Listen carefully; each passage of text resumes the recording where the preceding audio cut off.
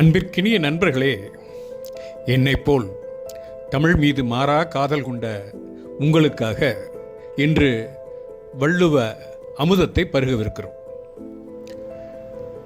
வாழ்க்கையில் ஒப்பீடு என்பது, அதாவது நம்மிலும் சற்று உயர்ந்தோரை பார்த்துவிட்டு நமக்குள்ளே நாம் கேட்கும் ஒரு கேள்வி, அவருக்கு இருக்கிற அது எனக்கு மட்டும் ஏன் இல்லை, ஏன் இந்த குறைபாடு?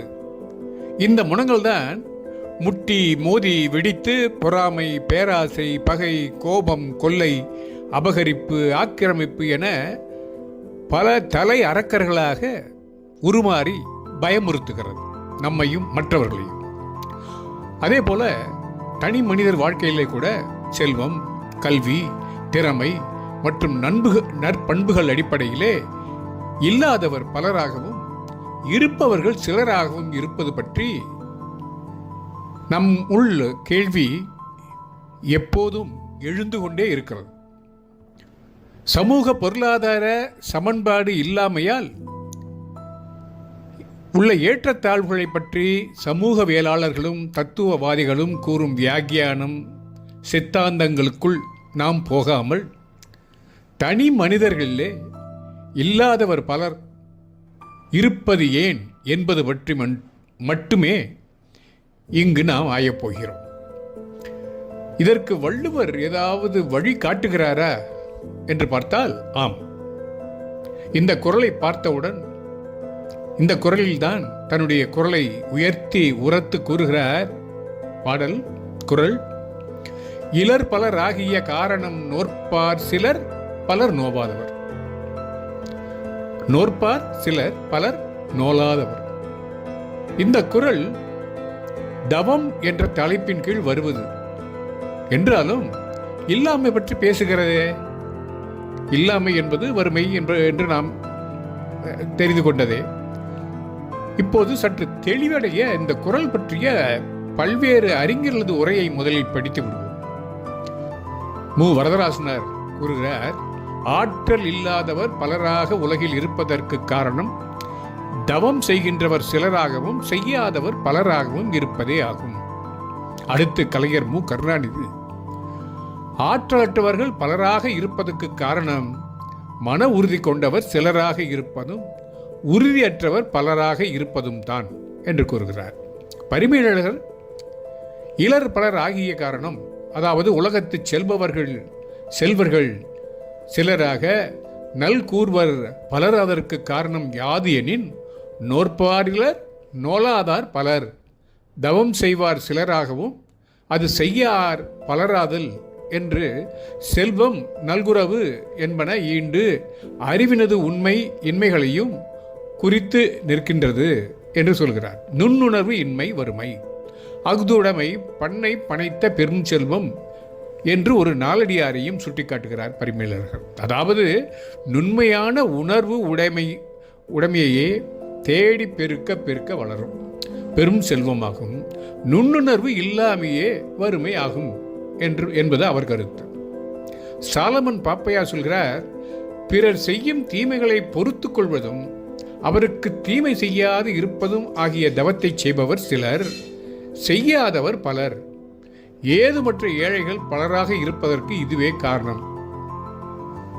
இப்பொழுது இந்த உரைகளை படித்த பிறகு நமக்கு நியாயமாக வரக்கூடிய ஐயங்கள்: இங்கே இலர் எனப்படுபவர் யார், இல்லை எனப்படுவது யாது?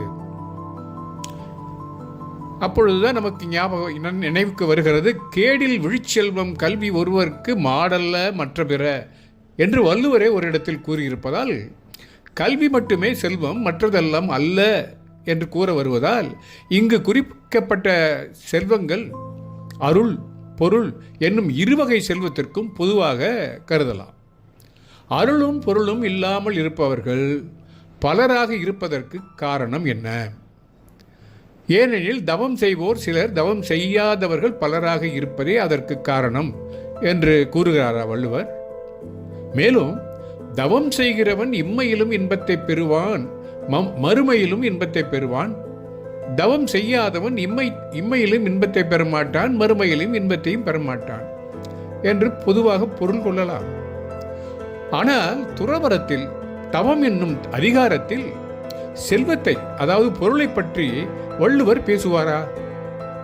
திருவள்ளுவர் அருளை பற்றி தான் கூறினார் என்றாலும் அது பொருளுக்கும் இங்கே பொரிந்து வருவதை பாருங்கள். இப்படித்தான் வள்ளுவர் பாதி சொல்லி புதிதாக மீதியை நம் சிந்தனைக்கு விட்டு விடுவார். இப்பொழுது இங்கே அருளும் பொருளும் உழைத்தால் தானே ஊதியம் கிடைக்கும். எவர் ஒருவர் தன்னுடைய தொழிலையும் தவம் போல் செய்கிறாரோ அவர் அந்த தொழில் சிறந்து விளங்குவார். அதன் பயனாக புகழையும் பொருளையும் பெறுவார். இது அறிவுக்கும் ஏனை திறமைக்கும் கூட பொருந்தி வருகிறது அல்லவா? அறிவாளிகள், திறமைசாலிகள் அதிகம் இல்லாமல் இருப்பதற்கு காரணம், பெரும்பாலானவர்கள் கற்பதை, திறமையை ஒரு தவமாக செய்ய மாட்டார்கள். ஆகவே அறிவாளிகள், திறன் செறிவு மிக்கோர் சிலராக இருப்பதற்கு காரணம், சிலரே அறிவை செய்யும் தொழிலை தவமாக செய்கிறார்கள் என்பதாகும். பொதுவாக சொன்னால் ஒரு தொழிலோ துறையிலோ செயலிலோ பிரகாசிக்க இயலாமல் போனவர்கள் பலர். அதற்கு காரணம் என்ன தெரியுமா? இதுதான் என் வேலை, இதுதான் என் பாணி என்று தன் பணி பற்றி தீவிரமாக இலக்காக வைத்து சதா அது பற்றியே சிந்தித்துக் கொண்டு இருப்பவர்கள் சிலர் மட்டுமே, அவர்கள் மட்டுமே வெற்றி பெறுகிறார்கள். மற்றவர்கள் ஏதோ வந்தோம் போனோம் என்று இலக்கு இன்றி, முயற்சி இன்றி இருப்பவர்கள். இப்படி முனைப்பாக இருப்பவர்கள் தங்களை மேம்படுத்திக் கொண்டே இருப்பார்கள்.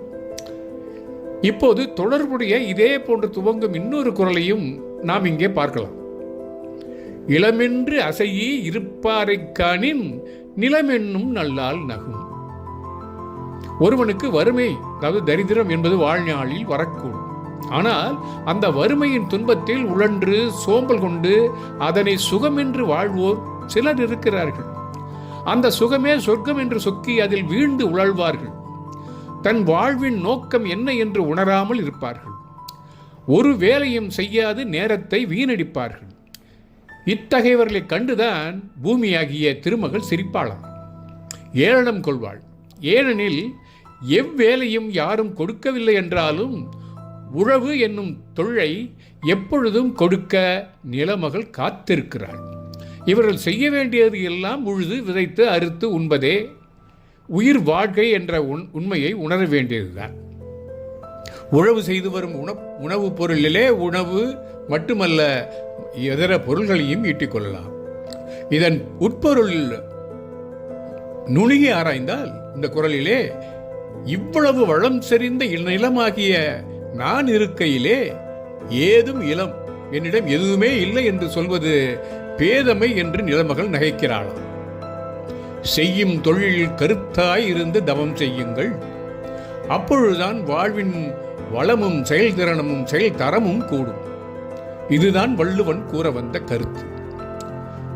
நாலடியார் பாடல் ஒன்றும் இலர் பலராகிய காரணத்தை இவ்வாறு கூறுகிறார்.